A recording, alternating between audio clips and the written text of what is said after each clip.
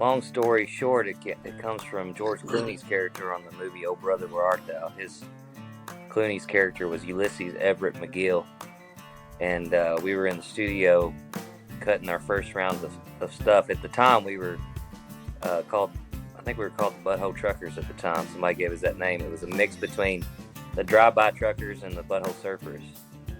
And we didn't have a band name, so we were in the studio, took a little break, threw on that. The intersection of good drinks, good music, and good times. This is Hops and Spirits Bar Conversations.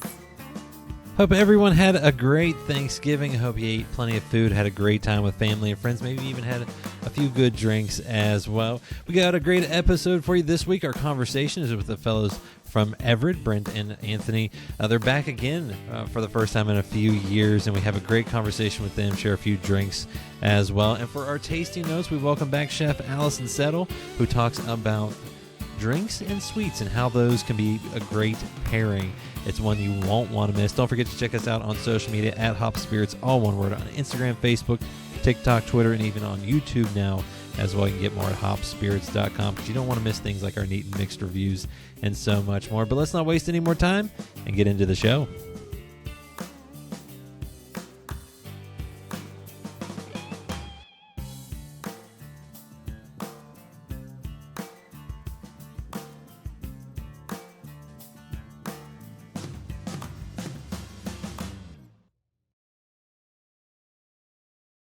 Joining us once again here on Tasting Notes, she's a James Beard Best Chef semifinalist. You can find her pop-up events around Greater Louisville. Please welcome back Alison Settle. Alison, welcome back. Hey, how are you doing?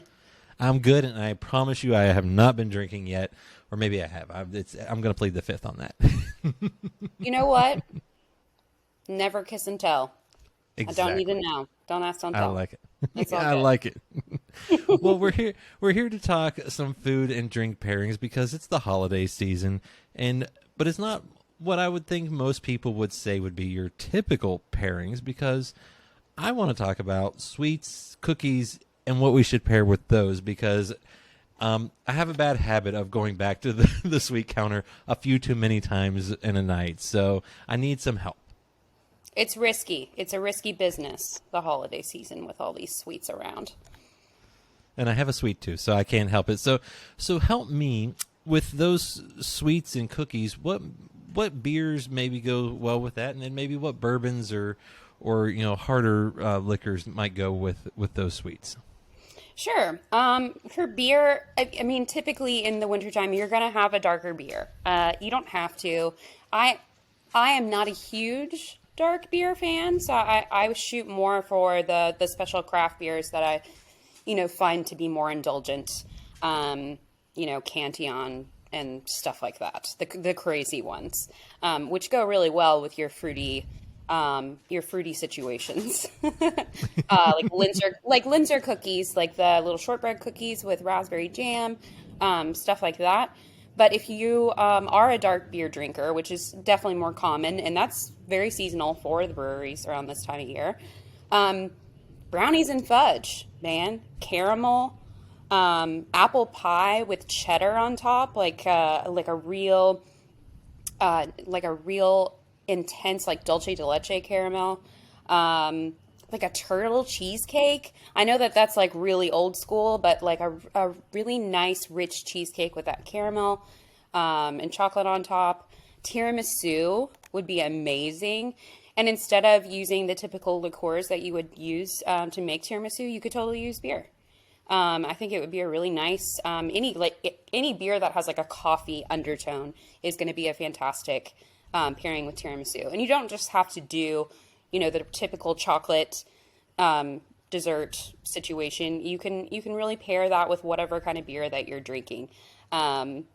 Lighter beers are going to go better with lighter desserts. If you're going to go really, really hard in the paint, then yeah, definitely go for those dark, decadent, rich desserts. I like it.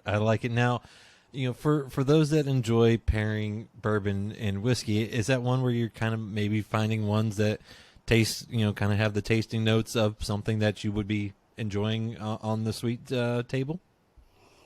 I personally like to think of it the opposite way. Okay. So I like to pick out what kind of, I'm usually pickier about what liquor I'm drinking than I am about what I'm eating. Just because I'm a chef doesn't mean I only eat, fancy stuff. I don't really cook that often for myself at home. So I choose the liquor first. Do some research. Do your own blind tastings with your friends. Figure out what tasting notes you all are independently finding, and then craft your desserts that way. One thing that I am really excited about, and something that I would really like to try this year with my friends now that we're in the clear for some holiday hangs. Okay, a gingerbread house, but you're building it with your friends and you're drinking your bourbon. Now, you could also do a few different bourbons if you wanted to be really fancy, but think about gingerbread houses and all of the things that you decorate them with. You have your icing, a vanilla sweet situation. You have your gingerbread with that, those spices and that, like astringent ginger taste, the gumdrops, the cinnamon discs and all of that. Grab a few bourbons, maybe ones that you've been hanging on to for special occasions. Put put all your friends around the table with a big mess of all of the gingerbread decorations that you could possibly have, and have this fun gingerbread house decorating tasting party with your friends. It would be a really, really fun holiday party situation that not anybody, I've never heard of this. I like to think it's a pretty unique idea. Um, but it I could be a like really, it. it could be a really fun party idea, a way to get together that's not the typical like stand in the kitchen and drink and eat. Like it's a real intentional friendship time. You get to learn about each other, learn about your likes and dislikes, educate each other on bourbons that you've had, that you're having. And it's also just good as a bourbon, aficionado, or somebody who would like to be an aficionado. It's a really good way to train your palate as well. The more interesting foods that you eat individually with bourbons is going to expand the depth of your knowledge, and also just your ability to pull different tasting notes out of bourbons. And it just makes you a better drinker. That might be my problem. That's why I might go, that tastes like fruit. And that's about as far as I can go sometimes. Oh, we are crazy. Whenever I've done barrel selections, we do it totally blind, and we'll be like, we'll choose our bourbon, and then we'll go through with our tasting notes. And I'm always like, Swedish fish and green coffee beans, and this smells like my grandfather's basement and an old book, but the library kind, not a bookstore kind, that sort of thing. Like, we love to pull out all those kinds of weird things. And there are no wrong answers. That's the best part about bourbon.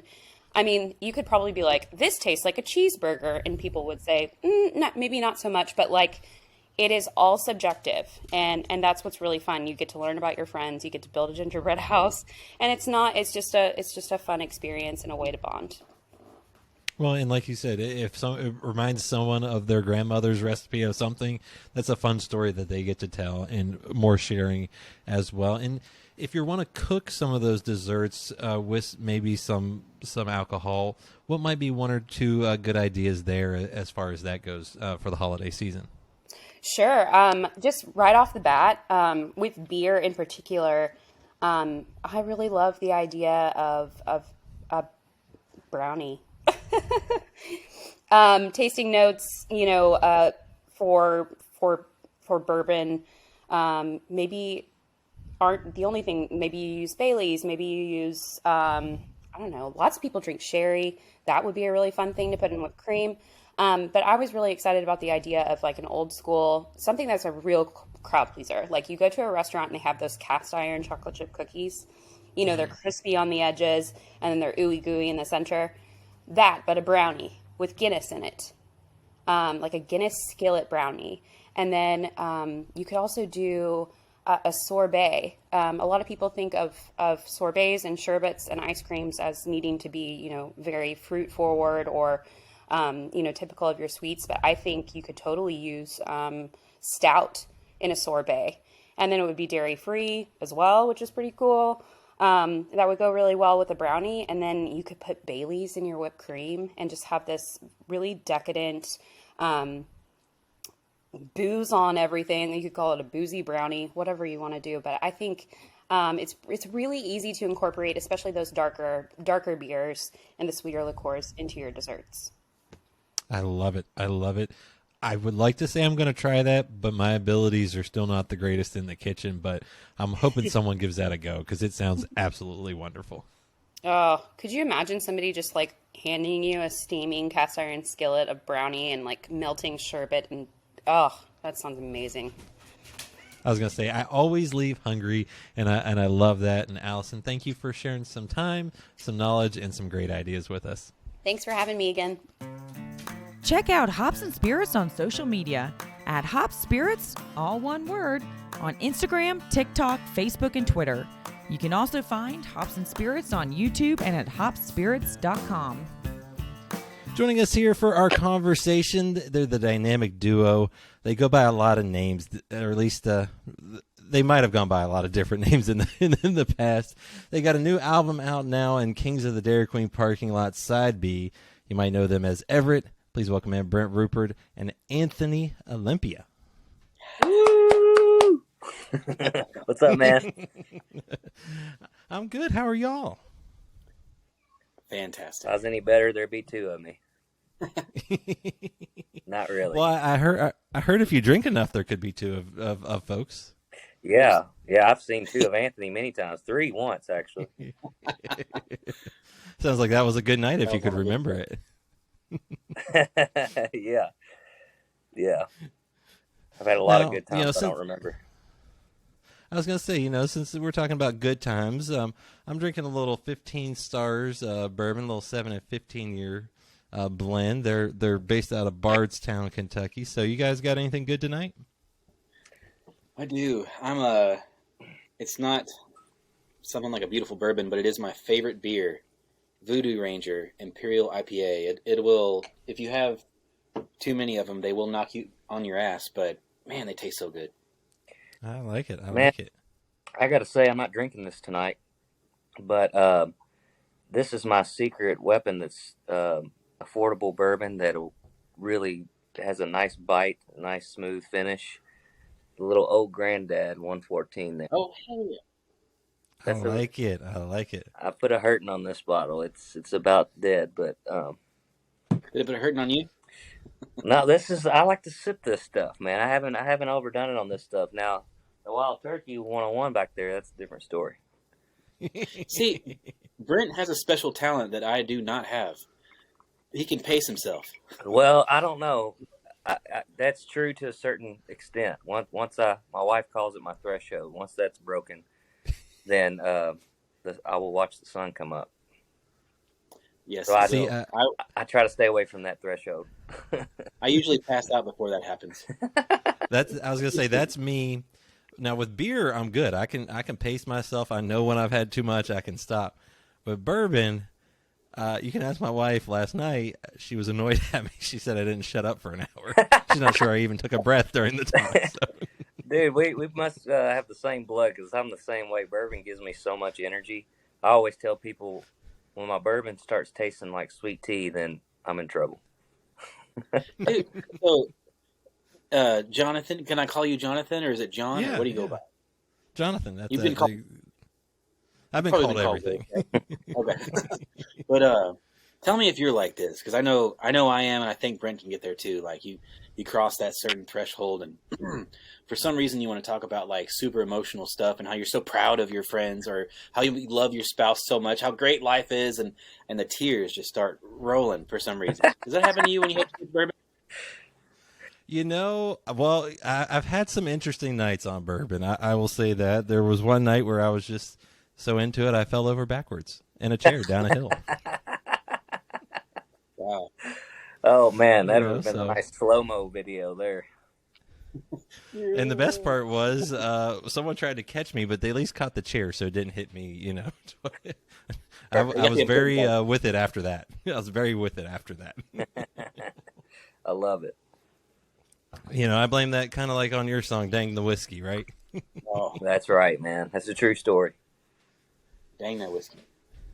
Now, we've talked in the past. I think you guys were on an episode a long time ago when the first side A came out. Yeah. And we talked about all your fun names that you could have had, before you became Everette. Double Denim. I know it's hard for some groups. I talked to Sutherland a while back, and they were getting pitched ideas like Palmetto Peaches and all sorts of things, and their name got settled upon when they were driving somewhere, and lo and behold, they're kind of named after a ship. So how are you guys named Everette? For those that have not heard the story.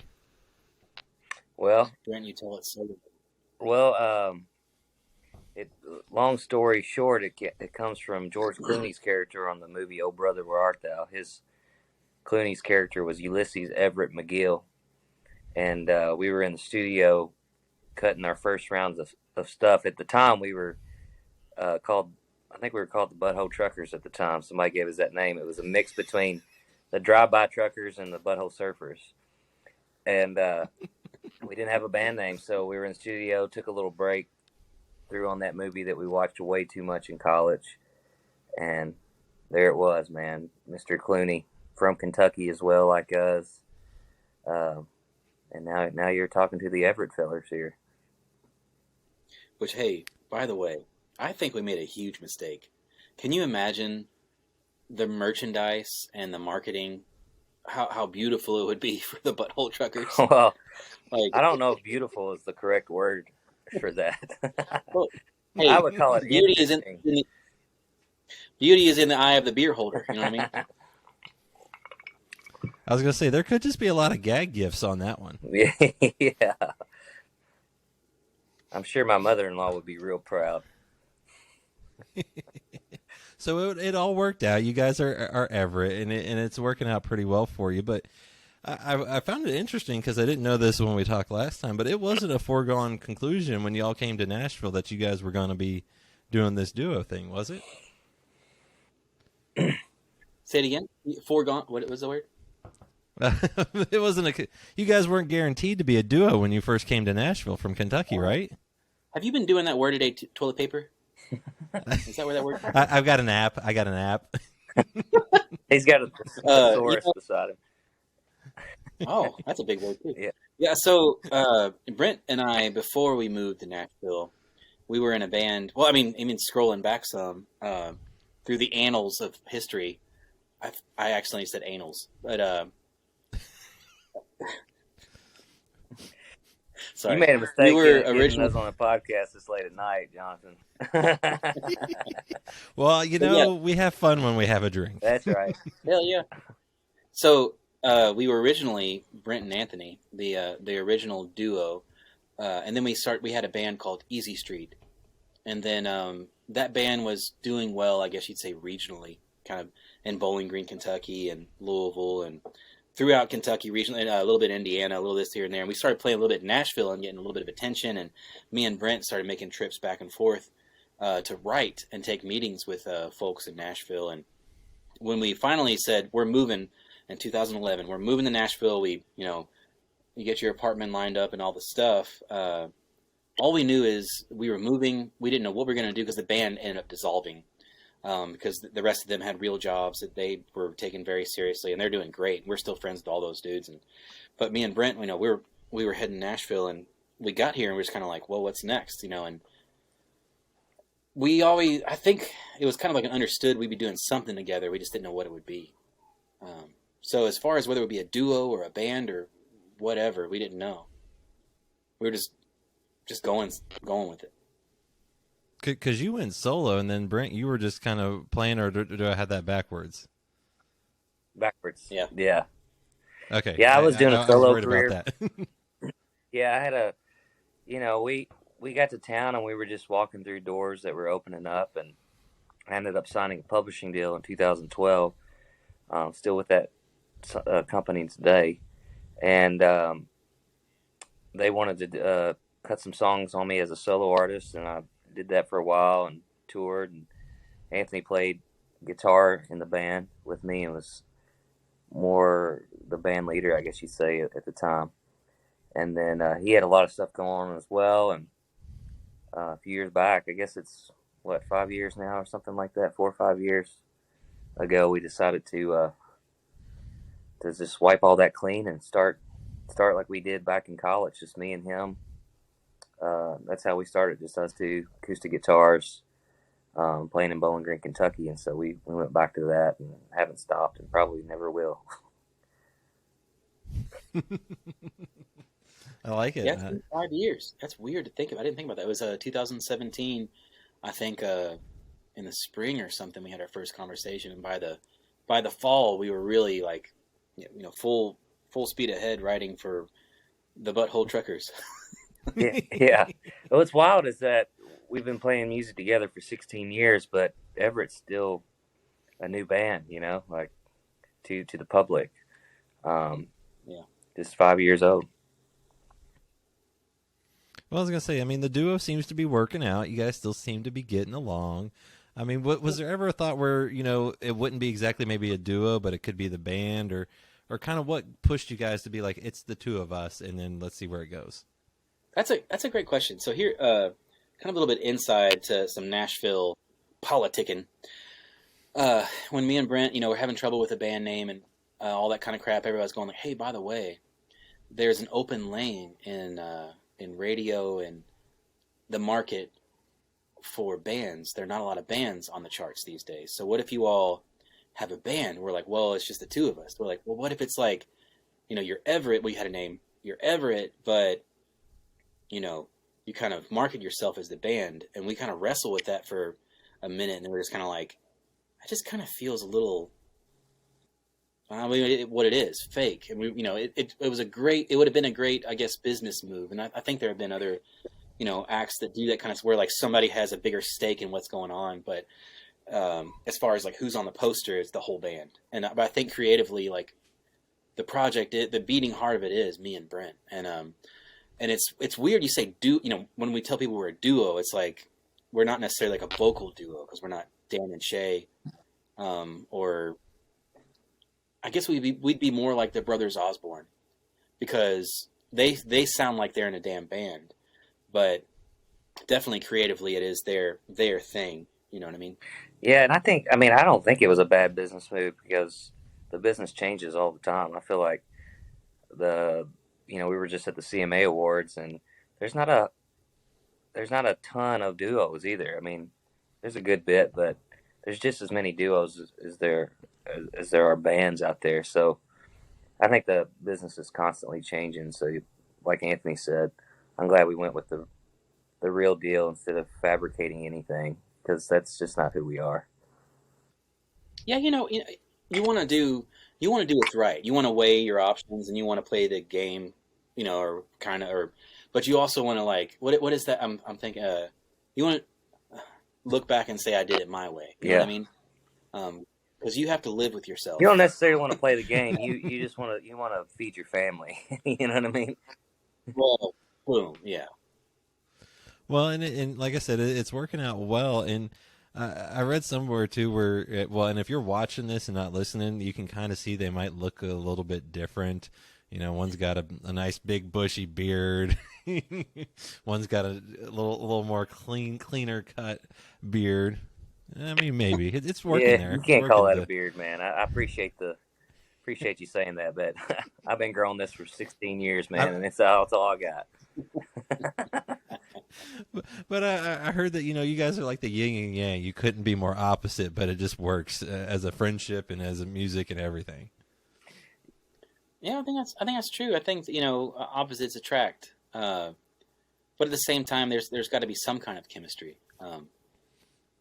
There has to be a void to be filled, and I think that was part of our friendship. Is like,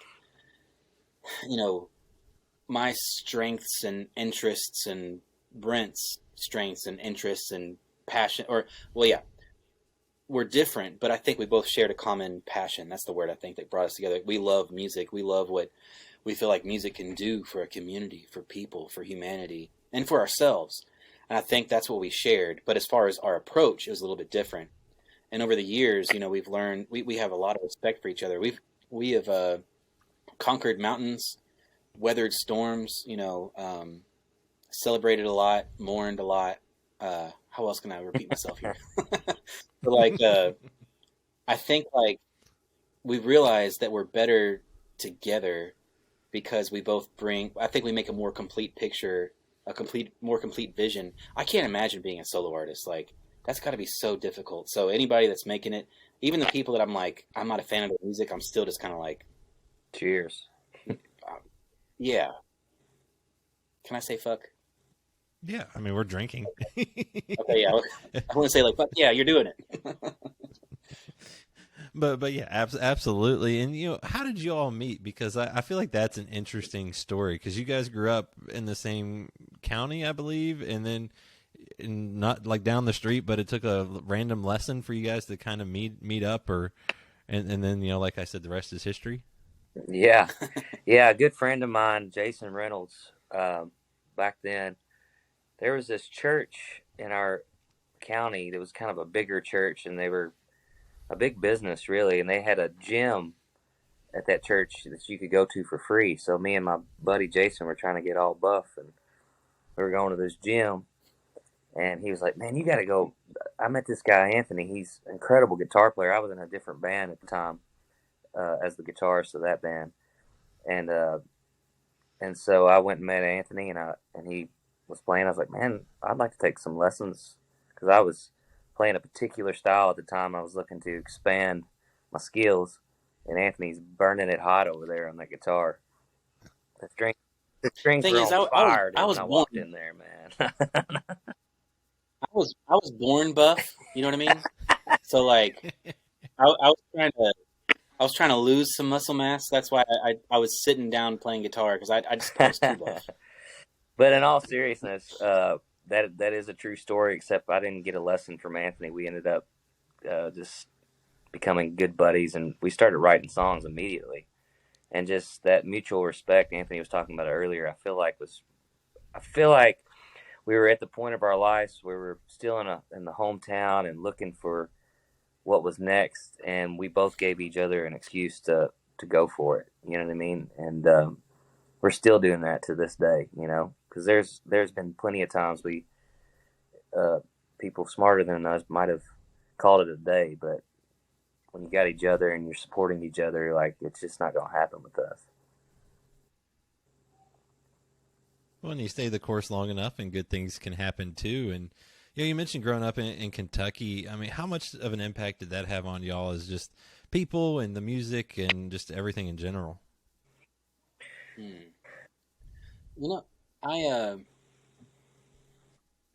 This is always kind of a difficult question for me to answer. I grew up with my stepdad was in the military, so we were moving around a lot. I have a lot of ties to Kentucky through my mom's family and my dad's family. But man, we moved around a lot. And I guess we came back right before middle school, so more the formative years. But even then, it was kind of like, I don't know. I was always itching for something more. But I feel like as I've gotten older and I've kind of looked back on like, what is it that makes me who I am? My family, my roots. And I realize how much of it really comes from, the ancestry. Like my nanny, my grandma, Anna Ruth Russ, God bless her. She grew up on Holsclaw Hill, dirt floors, and she ended up being like the valedictorian of her high school, and ended up going on to raise 8 kids, wonderful people that made me who I am. Lots of musical people in my family, like they were in a band, and stuff I didn't know about until I was older, really. And they were always so supportive of anything I wanted to do. When I started playing guitar, they were just like, "Oh my gosh, that's so amazing." Honestly, I could have been like farting in a microphone and been like, "Oh my God, you're so great." It was just the kindness. And I feel like that's, sometimes people in other areas of the country or the world, it kind of gets looked down upon, the Southern hospitality, or like a little bit of the be kind because you should. But I think there's something to that like it really shaped me. Like I want to be kind because I feel like it's a lot. I feel when people are being kind to me, I feel a lot warmer inside. Like when I'm like a glass of whiskey can warm me up. You know what I mean? Like that feels way better to me when somebody just can bend over backwards, even on an elevator or whatever it is, just to kind of like, how are you doing? Oh man, I like those shoes. And it stuck with me. Like, cause growing up around those family members and those friends from Kentucky, Brent is one of those people that's just constantly like looking around, just going like, how can I brighten somebody's day? And I think that affected me more than anything. Yeah, I mean, Kentucky was a huge part for me. I'm born and raised and was there most of my life, and I grew up a lot. My dad plays and sings a lot. He played in church, but a lot of my family does as well. And it's kind of old timey, man. I just remember being real young and in the living room, and people would have guitars out and singing harmony and singing songs, singing old gospel songs and stuff like that. And it just rubbed off on me. I was always the shy guy in the corner, scared because everybody was so good around me. I didn't want to step up, but I always had the drive and the passion for music to go for it. But so many things about I can be writing a song sometimes, and I'll remember certain high school buddies who are like real country. Like if it ain't country, then the hell with it, like. And I can hear them sometimes going like, that ain't good, that ain't country, that ain't rock, that ain't this. Adam Travis is one of those guys, sweetheart of a guy, but he's it's George Jones and Merle Haggard or nothing for him. And a lot of people from Kentucky are like that. I mean, a lot of people know good music there, and there's a lot of great talent that's come out of that state too. I was gonna say, did you grow up on the Merle Haggards of the world, or was it gospel with the church, or was it even rock or southern rock when you guys were growing up that kind of influenced your musical taste? When I was a kid, go ahead, Brent. See how nice you are. Well, I'll make it quick. I was gonna say that southern hospitality. You go ahead. No, you go ahead. I'll make mine quick. I grew up on a lot of. My early days were definitely church music and gospel music because my dad, he led the worship at church, so I got to hear him going over songs and stuff, the old hymns and things like that. But I definitely grew up with the George Jones, the Haggards, the Buck Owens, all that stuff as well. I went through a huge phase of that, and then also the old rockers, the Beatles, the Stones. Led Zeppelin, all that kind of stuff as well. Tom Petty and the Heartbreakers. I still to this day go through phases, and I was like that when I was younger too. One minute I'm just stuck on Don Williams, and the next minute I'm listening to, Tom Waits or something like crazy. It's just all over the map, and they all have an influence on me musically, no doubt. I think for me, one of my earliest memories, my mom for several years was a single mother, and she had me and my older brother, and we'd drop off Philip at school. He was, a year and a half older, and we'd ride around for a minute. She'd always play Randy Travis, and man, that voice and those songs, they're just like, it was so much heartbreak. There is heartbreak in those songs, like some of the best ones, but like all I heard when I was a kid was like that voice and those instruments. And I just remember like hearing that in that old Oldsmobile or whatever we were in, and just being like, what is that? That is so amazing. And then as I got older, I remember one of the first CDs we had was Patsy Cline. And I would put it on our old like Sony boombox that was, maybe about as broad as my shoulders, and I would wash dishes and sing along to that. And that was one of the first times I remember going like, oh, I kind of like singing, and I love like those melodies. Patsy Cline, it was just some of the best. It is some of the best music that's ever been made. We can't forget about bluegrass music too, man. The bluegrass. Mm-hmm. As I got older, though, I think like, we were, I guess, 90s kids, born in the 80s, but probably becoming more aware in the 90s. And all that preteen and teen angst. It was such a beautiful time for that, because it was all just like, you couldn't have a bigger middle finger inside of you, even if you don't know what you're mad at. You're just like mad, and Nirvana, Stone Temple Pilots, Korn, Alice in Chains, like all this beautiful, sludgy, gritty music, bluesy stuff. And I've been bringing Alice in Chains back out here recently. Like, it's such beautiful stuff. Like that really, I guess, like I've moved around from this to that, and I love any kind of music that just feels honest. I think moves me. I have a hard time listening to stuff that feels more manufactured. I guess I can respect it because it's for its success and the craft of it. But stuff that feels like it's coming from a place, it's a real place. I have something to say, and you're going to listen to it. Damn it, like that's the stuff that that's what I gravitate towards, and that's what I want to write. Well, and the storytelling always shines through, I think, on any genre. I mean, anyone can relate to it and can feel that. And when we're talking about influences and things like that, and folks that have had an impact on it, I'm guessing for you two, two big impacts are your wives. Oh, man. Yeah, man. It's you really get that perspective when you've been on the road a while, and it's difficult to be away from your family and then get home, and our wives work just as hard, if not harder, than we do. And I don't know, I was just playing my wife a song I wrote today. She's my first audience usually on these songs, and so I probably wear her out. But just having a partner in crime, just not in this career, but in life, period, that has your back it's priceless, man.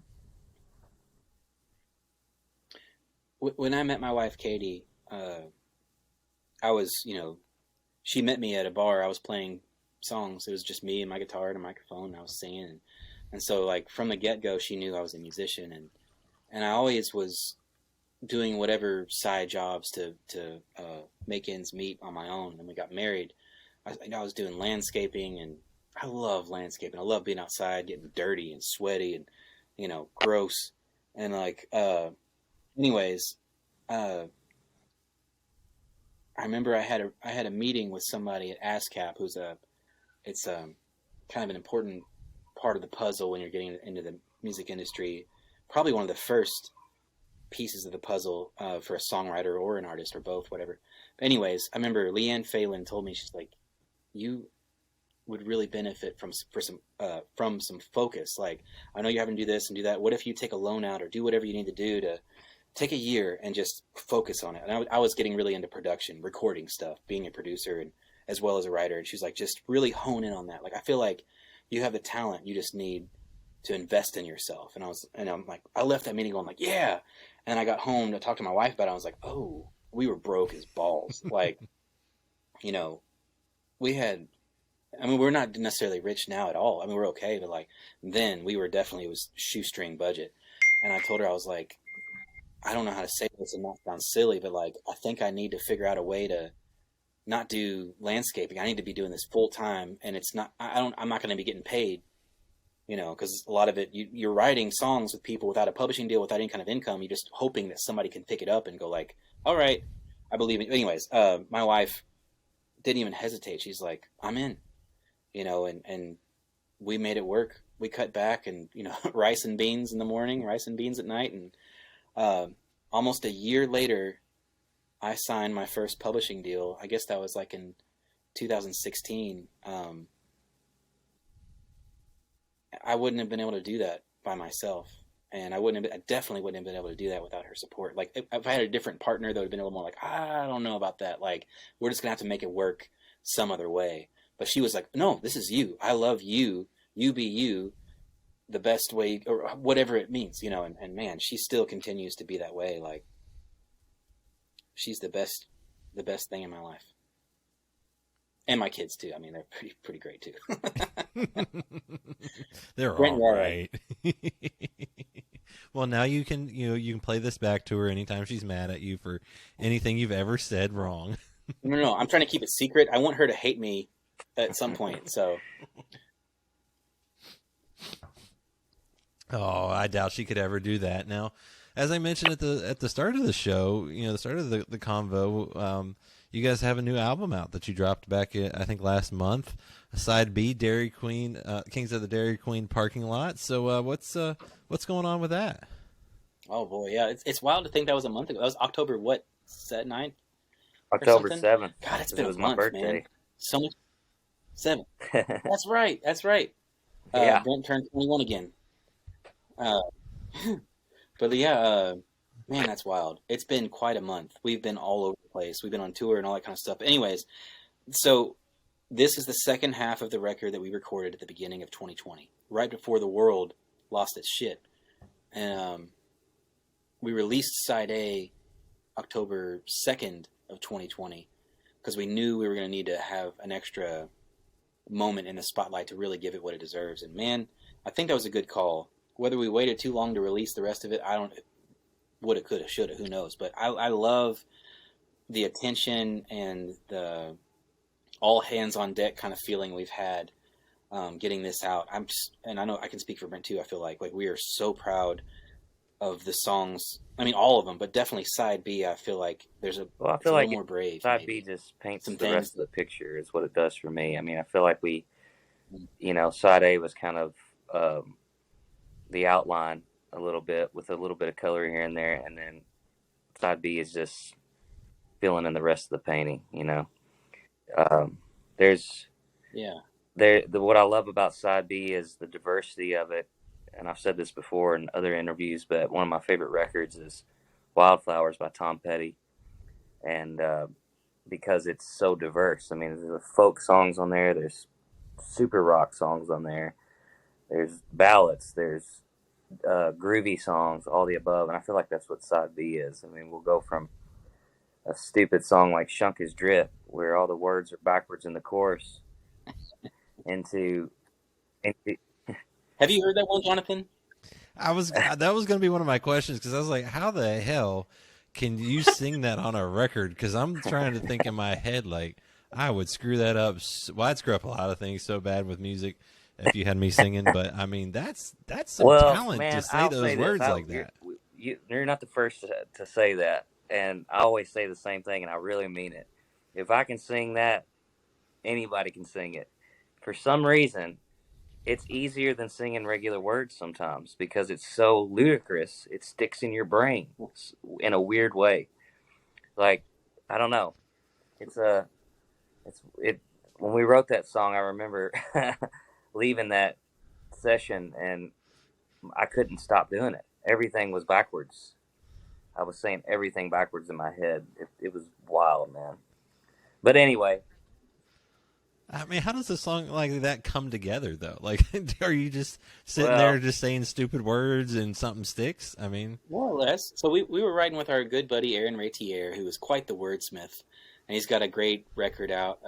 Is it Single Wide Dreamer? He's a character, right? And he's awesome. Is that the name of the record? He's got 3 cuts on Side B with us. Well, Wild Woman, Shunk His Drip, and Woo-Hoo Hoo. That's right. Well, we were in the room over at RCA with his writing room and tossing around titles as you might do when you're starting a writing session. And he had this one, Ton Sand Lotion. And like, it's just, he's always so good about a title he'll throw out and you just go like, light bulb. You're like, oh, I know exactly what the attitude of it. And got to talking about it and I realized, oh yeah, we're Shunk His Drip. And then we found a way to put a bow on it, getting backwards, upside down, and then Shunk His Drip. People firing, man. And then from there, backwards, just on and on and on, and laughing hysterically. I left there going, nobody is going to ever hear that song, and it's going to be looked at like at first I was like, that's the dumbest thing we've ever done. And then I listened to it a few days later. I was like, I freaking love this, man. I think this actually could be something. And now it's on our record. Dude, I'll say this too, like, when we started playing that song out, and Aaron was playing it in his sets, like in town, in Nashville, Like he would play it at his acoustic sets, and we played it at our shows. And it was like the song that people kept coming back, like, how did you write that? Like, oh, you're the guys that wrote Shunk Is Drit or whatever, like. There was a minute there. People were just so impressed with it. I guess they got over it, or maybe we need to stoke that flame. But like, I was really proud of that one because like, it was. I mean, honestly, I wish I could say it was difficult. We were just having such a good time. We may or may not have been smoking that or moking that marijuana, getting by as halls, but it was pretty much just automatic. Somebody would say something, we laugh, write it down. Somebody would say something, we laugh, write it down. The hardest part was doing that first work tape where you pull out your phone, put it on voice memo, and record the final version, just playing acoustics and singing. I think that must have taken about 17 the first times time because we were laughing. It was extremely difficult. But once it gets in your head, it's surprisingly pretty easy. No, like I said, I love that song. My daughter's favorite song is, of course, Woohoo Who. She just loves that, loves the tune to that, and she'll just be like, "Can you play that new one, Dad? Can you play that new one?" And I'm like, "All right." And that's one of my favorites. Yeah, that's so you got a little man. fan. That's one of my favorites to play live. It's one of those that the crowd can't seem to resist hollering out "Woohoo Hoo" every time by the end of the song. Oh, dude, speaking of that, we'll get done, like, at the end of the show, everybody's, we'll be out at the merch table to shake hands and kiss babies or whatever, sell merch. And people will be walking by and not even looking, it's like, woo-hoo-hoo! Like, it's stuck in their head, and you're just like, yes, we did it, Which is the ultimate goal. And I also love, too, I think it was going to be a problem that you actually ended up getting from Jordan Davis had it set aside, and then he was going to cut it. Then he heard you guys singing it and was like, wait a minute. And did it really happen over tequila and some drinks that song got passed to y'all? Yeah, well, so we wrote it. So if I'm talking too much, Brent, I'm sorry. It's I blame it on Voodoo Ranger. But this beautiful ass IPA I have. But we wrote it, and it got pitched, and next thing you know, Jordan Davis puts it on hold to record for himself, and we waited and waited and waited. And we got impatient, and we loved the song, so we decided to record it for ourselves. And I feel like we had it was right before it was almost done. It was kind of like in demo version, almost there. And we started playing on the road. Jordan asked us to come open up some shows for him in Idaho. And the second night, I guess he caught some of our set and heard us playing that song. The second night we're in the green room, he's like, "Are you guys playing Gonna Be a Problem out there on your set?" And we're like, "Yeah." And we told him that we kind of cut it, and he wanted to hear it. So we're like, having some, what was it, Casamigos?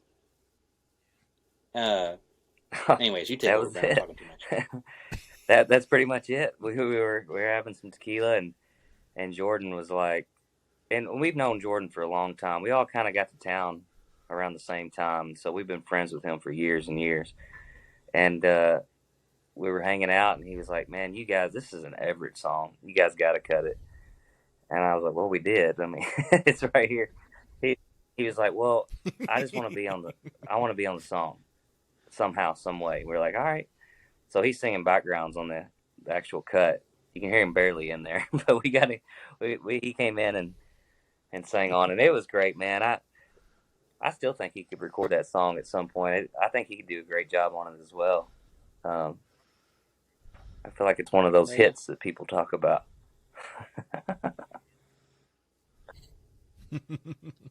Well, and you guys did a little acting too on Make Me Want One. How was that? I mean, did you have a little bit of fun with that? Oh yeah, man. Yeah, I secretly have always wanted to try out acting, even though I think I'm not very good at all. But it just seems like a fun challenge. I'm always waiting for our.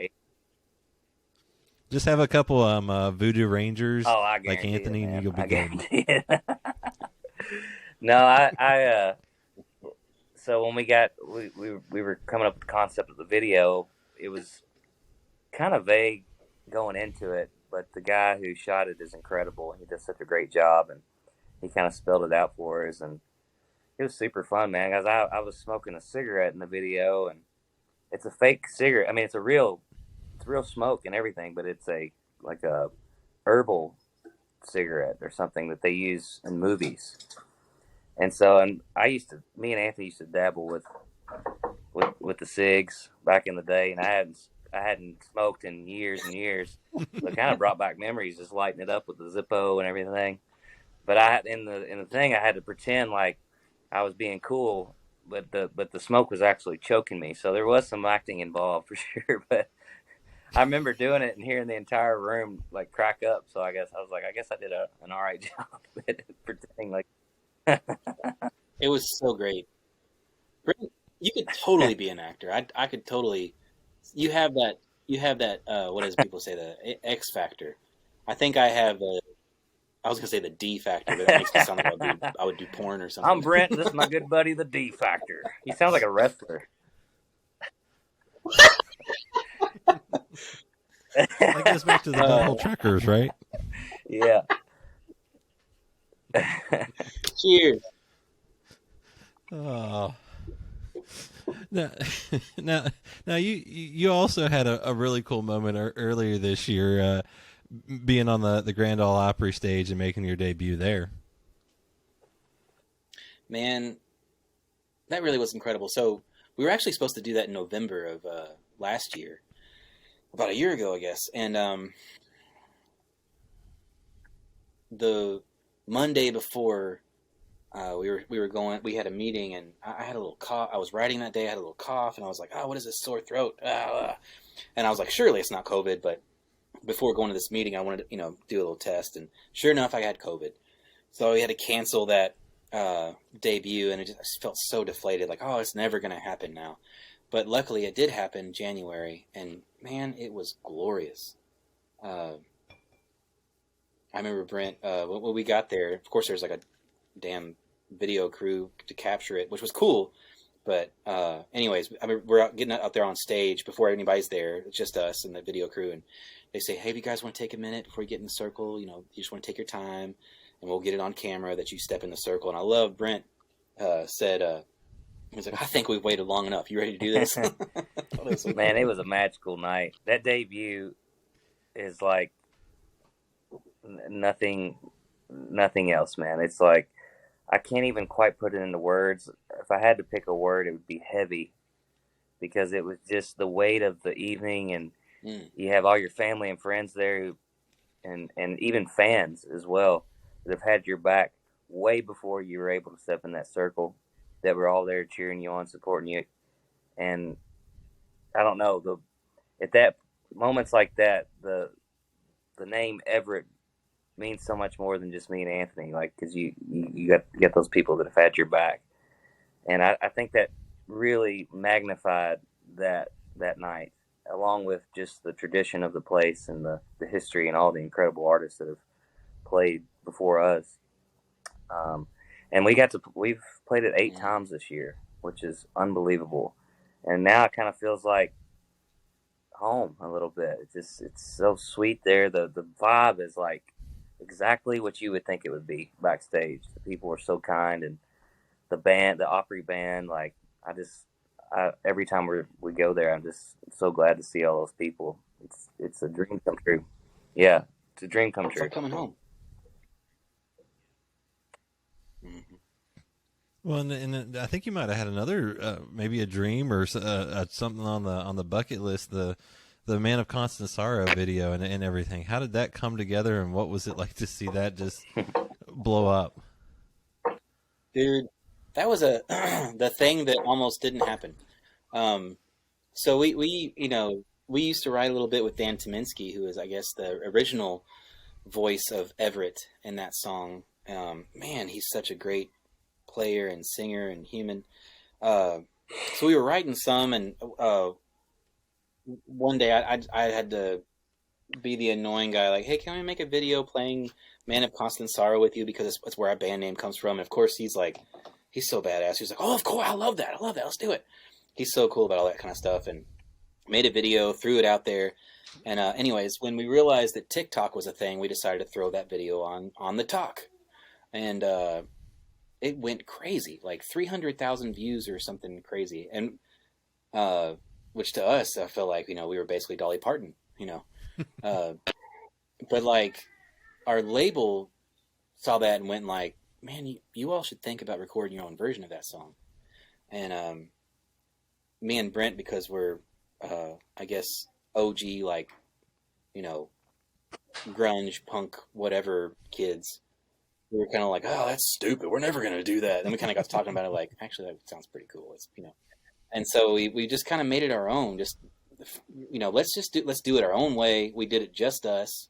We had our old drummer, Trent Armstrong, played drums, and totally just, it really is one of those things like you go like, it may work out, it may not, you know. And I think because we weren't trying too hard, it actually, I love the way that turned out so much. Like, it's so special to me. We had to do it. I mean, our name's Everette. You know what I mean? And what a song! I mean, come on, that song was an old folk song in like the early 1900s, late 1800s, or something.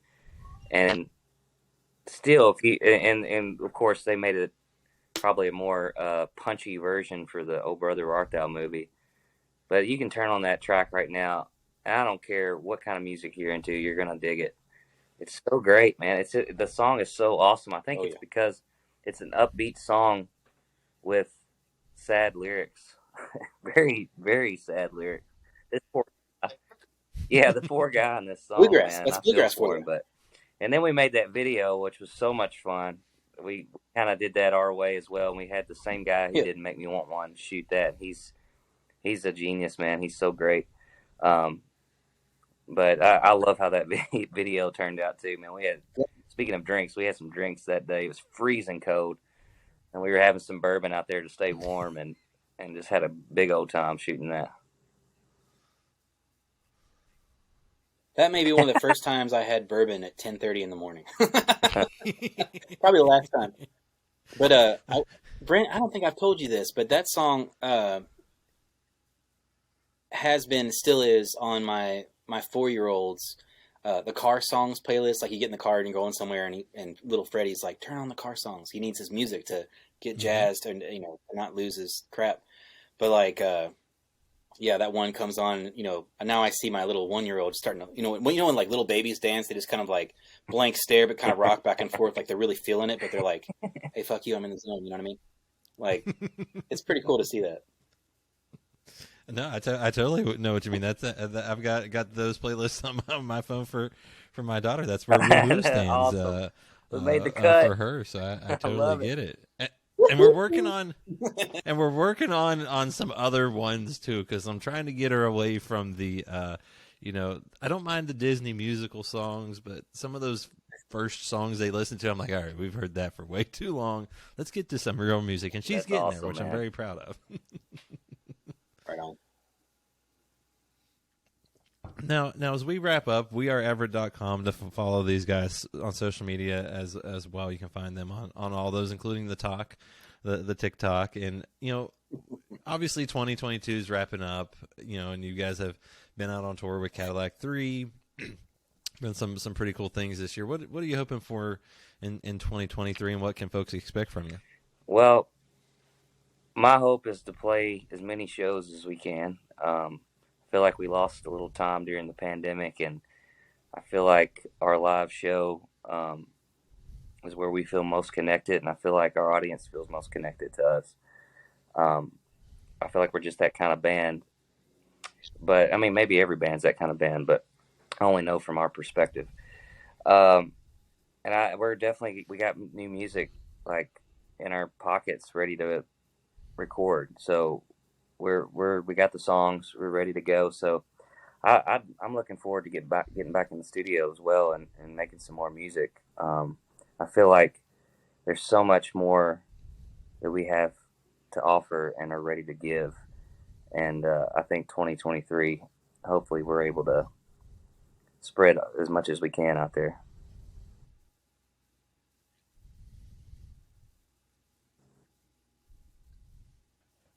Anything else on that, Anthony? Yeah, you know, it's been a really great year. A lot of amazing things. We played Nissan Stadium this year in Nashville. That was pretty amazing. Toured with the Brothers Osborne this year. It was an amazing year.